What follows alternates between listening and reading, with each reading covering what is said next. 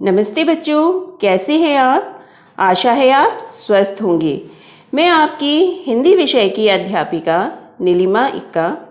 आज मैं आपको आपकी पाठ्य पुस्तक सुगम भारती से पाठ 9 स्वामी विवेकानंद पढ़ाने जा रही हूँ।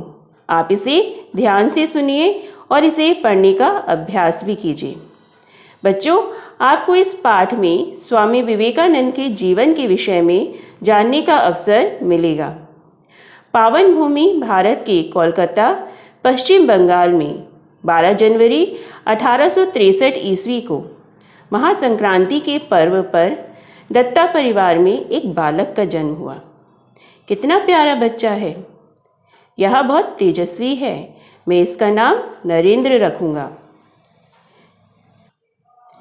बालक नरेंद्र की माँ भुवनेश्वरी धर्मपरायण और शालीन महिला थी। रामायण और महाभारत उनके प्रिय ग्रंथ थे। इसका प्रभाव बालक नरेंद्र पर भी पड़ा। माँ, मैं भी रामायण पढ़ूंगा। उनके पिता विश्वनाथ दत्त कोलकाता हाई कोर्ट में वकील थे। वे अंग्रेजी तथा फारसी के अच्छे विद्वान थे। नरेंद्र की प्रारंभिक शिक्षा दीक्षा घर में हुई। माँ ने उन्हें अंग्रेजी और बंगला का अक्षर ज्ञान करवाया। ABCD E, ABCD E। बालक नरेंद्र पशु पक्षियों से बहुत प्यार करते थे। आसपास रहने वाले पशु पक्षी गाय, बकरी, मोर, कबूतर आदि के बीच उनका बहुत सा समय बीतता था। पशु पक्षियों के प्रति उनका यह प्रेम जीवन के अंत तक बना रहा। बेटा, तुम कहाँ हो? माँ, मैं यहाँ हूँ। नरेंद्र ने खेल कूद तथा अन्य विषयों में भी रुचि दिखाई। उन्होंने एक नाटक कंपनी और व्यायामशाला गठित की थी। नरेंद्र तलवार चलाने, कुश्ती लड़ने व नाव चलाने में भी बहुत कुशल थे।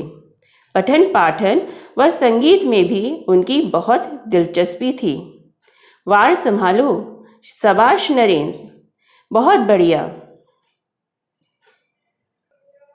नरेंद्र ने 1878 में हाई स्कूल परीक्षा प्रथम श्रेणी में उत्तीर्ण की। वे कोलकाता की प्रेसिडेंसी कॉलेज में फिर स्कॉटिश मिशनरी बोर्ड के एक कॉलेज में दाखिल हुए। इस कॉलेज के प्रिंसिपल हेस्ती भारतीय दर्शन के प्रेमी थे। वे अपने विद्यार्थियों पर बहुत स्नेह रखते थे। कक्षा में पढ़ाते हुए उन्होंने एक दिन कहा, यदि किसी को समाधि की अवस्था का ज्ञान प्राप्त करना हो तो दक्षिणेश्वर जाकर रामकृष्ण परमहंस को देखना चाहिए। मैं अवश्य मिलूंगा। नरेंद्र की उत्सुकता जागृत हुई। एकांत में चिंतन मनन करने का उनका स्वभाव बचपन से ही था, पर वे किसी प्रत्यक्ष प्रमाण के बिना ईश्वर की सत्ता स्वीकार करने को तैयार नहीं थे। उन दिनों कोलकाता में ब्रह्म समाज की बड़ी चर्चा थी। वे ब्रह्म समाज के महर्षि देवेंद्रनाथ ठाकुर से जाकर मिले और उनसे प्रश्न किया, क्या आपने ईश्वर को देखा है? नहीं, देखा तो नहीं है, परंतु महसूस किया है। इस उत्तर से संतुष्ट न होकर वे गंगा तट पर स्थित काली के सुप्रसिद्ध मंदिर दक्षिणेश्वर में श्री रामकृष्ण परमहंस के पास जा पहुँचे। क्या आपने ईश्वर को देखा है? हाँ, मैंने देखा है, ठीक वैसे ही जैसे मैं तुमको देख रहा हूँ। इस उत्तर से नरेंद्र स्तब्ध रह गए। स्वामी रामकृष्ण परमहंस ने कहा, लेकिन ईश्वर की परवाह किसे है? अगर तुम उसके लिए आंसू बहा सकते हो तो तुम उसे देख भी सकते हो। आज मुझे मेरे गुरु मिल गए। महान गुरु ने शिष्य को और शिष्य ने अपने गुरु को पहचाना। इस प्रकार श्री रामकृष्ण परमहंस के संपर्क में नरेंद्र नाथ की सभी शंकाएं मिटती चली गईं और उन्होंने अपने आप को गुरु की आज्ञा अनुसार कार्य के लिए तैयार किया। अपनी सच्ची भक्ति व सेवा द्वारा तुम्हें लोगों का कल्याण करना है। मैं अपना संपूर्ण जीवन कर्म द्वारा समाज की सेवा में लगा दूंगा। मैं आजीवन ब्रह्मचारी रहूंगा। सन 1884 ईस्वी में नरेंद्रनाथ बीए की तैयारी कर रहे थे। तभी अचानक उनके पिता की मृत्यु हो गई। उन्होंने मन ही मन संकल्प लिया। बड़ा होने के नाते परिवार के भरण पोषण का भार अब मुझे निभाना है। पिता अपने पीछे कर्ज छोड़ गए थे। नरेंद्रनाथ पढ़ाई के साथ साथ नौकरी की खोज में भटकने लगे। एक बार गुरु रामकृष्ण परमहंस से उन्होंने कहा, माँ काली तो सभी को मनचाहा वरदान देती है, जा तू भी मांग ले जो कुछ मांगना हो। नरेंद्र मंदिर के अंदर गए, लेकिन माँ के ध्यान में इतने डूब गए कि सुध ही ना रही। मांग लिया माँ से, ना नहीं मांग सका।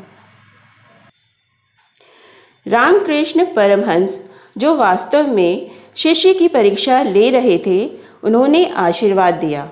इसके बाद नरेंद्रनाथ को एक नौकरी मिल गई।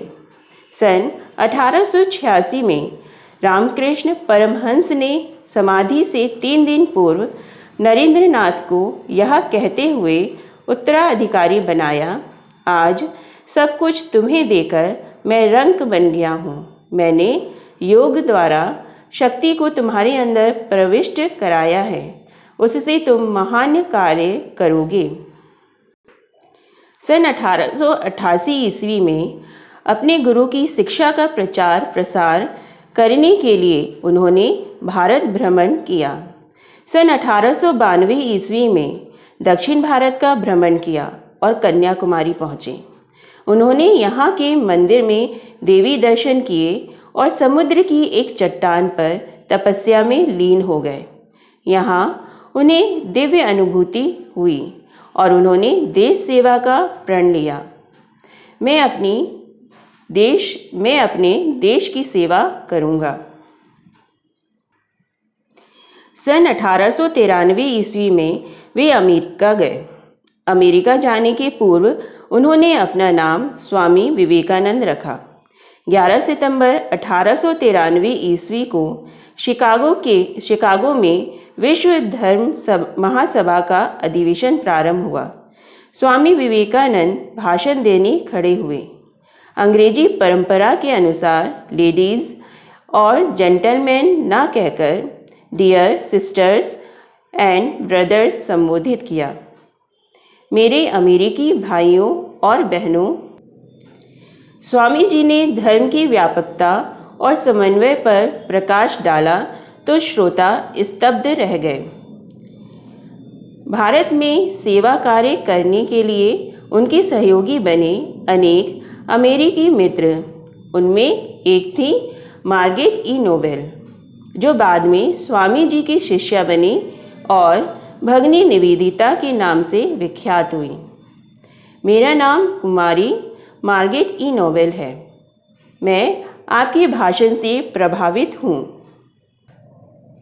कोलकाता में रहकर स्वामी जी ने सभी धर्मों को एक ही धर्म के विभिन्न रूप जानकर उनमें परस्पर भाईचारे की स्थापना के लक्ष्य की पूर्ति के लिए सराहनीय कार्य किए।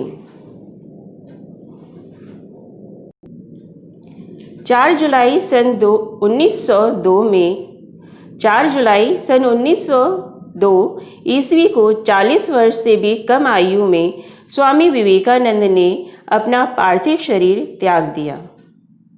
बच्चों, आपको इस पाठ में स्वामी विवेकानंद के जीवन के विषय में जानने का अवसर मिला। आपको इस पाठ से संबंधित कार्य भेजा जा चुका है।